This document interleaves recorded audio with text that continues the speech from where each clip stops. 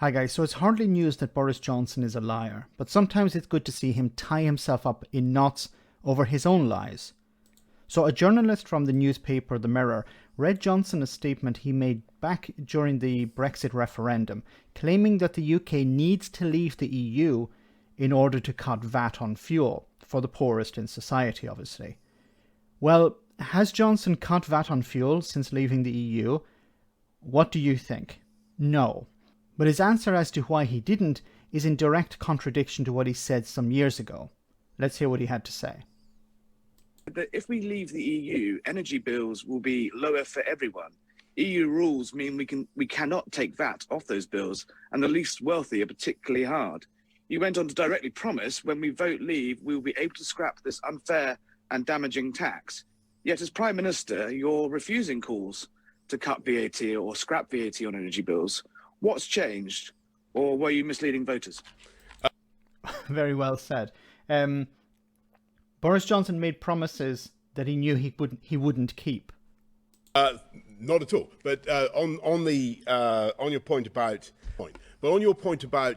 VAT on energy bills, I mean, I think it is slightly paradoxical that this is now being campaigned for by people who actually wanted to remain in the EU. What has that got to do with remaining in the EU? Now, of course, Boris Johnson said at the time, we need to leave the EU in order to cut VAT on fuel, which is a lie, but I'll get to that later. How is saying now, well, you made a promise, we've left the EU, we want to hold you to that promise, how is that paradoxical? And still do, when it would be impossible to deliver within the EU. We will continue to listen to businesses and consumers about how to abate the costs of energy, Harry. And in the meantime, there are all sorts of things that we can do to help people. And in the meantime, so the UK left the EU officially in 2020. Okay, so let's imagine, let's give Boris Johnson the benefit of the doubt. Never do that, but let's give him the benefit of the doubt. Let's imagine he's telling the truth here, and it was necessary to leave the EU in order to cut VAT on fuel.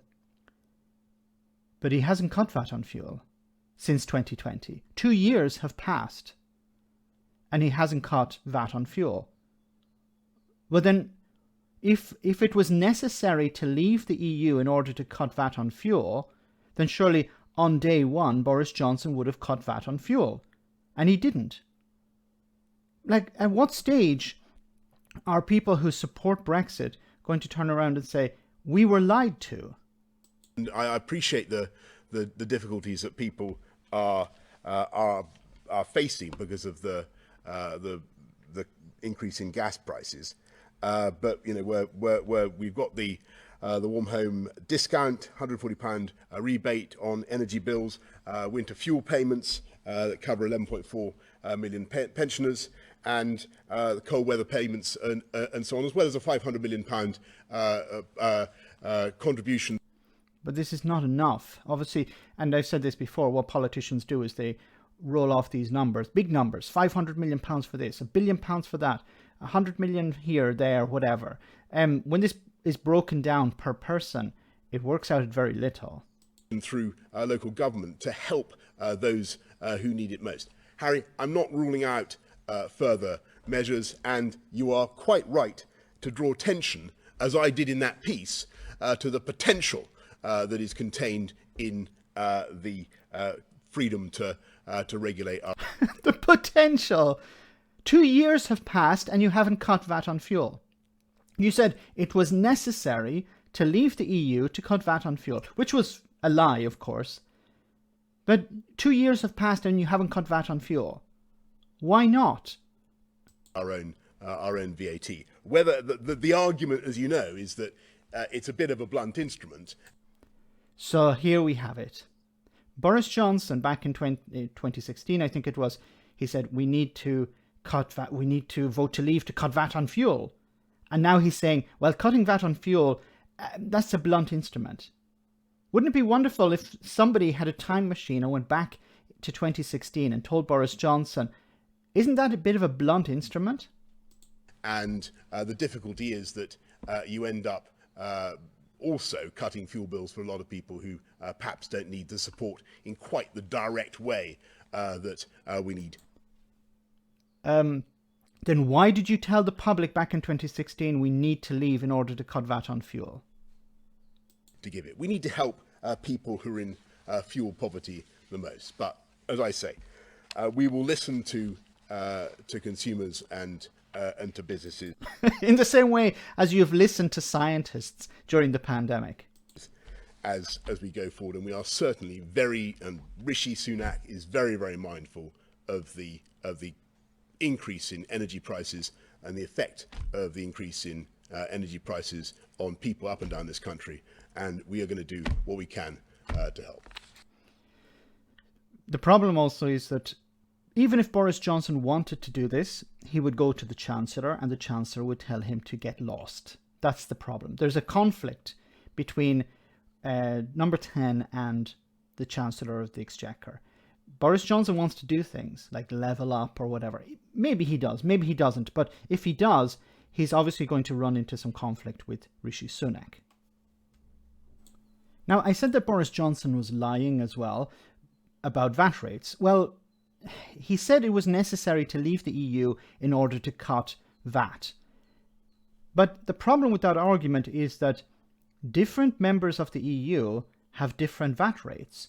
So you can see here, Austria at the top has a VAT rate of 20% and reduced VAT rates of 10 and 13%. If we go to, for example, France has a standard VAT rate of 20%, 5.5%, 2.1% applied to major medicines, newspapers, and online services. So it has different rates of VAT. Germany, similar to the UK, 19% VAT rate, 7% reduced VAT rate. If we go down to the bottom, we see here, this is from 2022, this is from this year. It says here, VAT rate in the UK, standard VAT rate is 20%, reduced VAT rate is 5%. So if the UK has actually a higher VAT rate than, for example, Germany, then it wasn't necessary to leave the EU in order to cut the rate of VAT. Boris Johnson continued with this lie that we needed to leave the EU in order to reduce the rate of VAT. And he got away with it. Like, it was very simple. You could ask him, well then why does Germany have a lower VAT rate than we do? Why does Italy have a higher VAT rate but has a lower reduced VAT rate than we do? None of this makes any sense, but then Brexit never made any sense. It was about lying to the public, convincing them that we needed to leave in order to do X, and then once the UK had left, did Boris Johnson implement X? Of course he didn't. It was all a lie. Let me know in the comment section, guys, what you think about all of this. As always, your comments are greatly appreciated. Thanks a lot.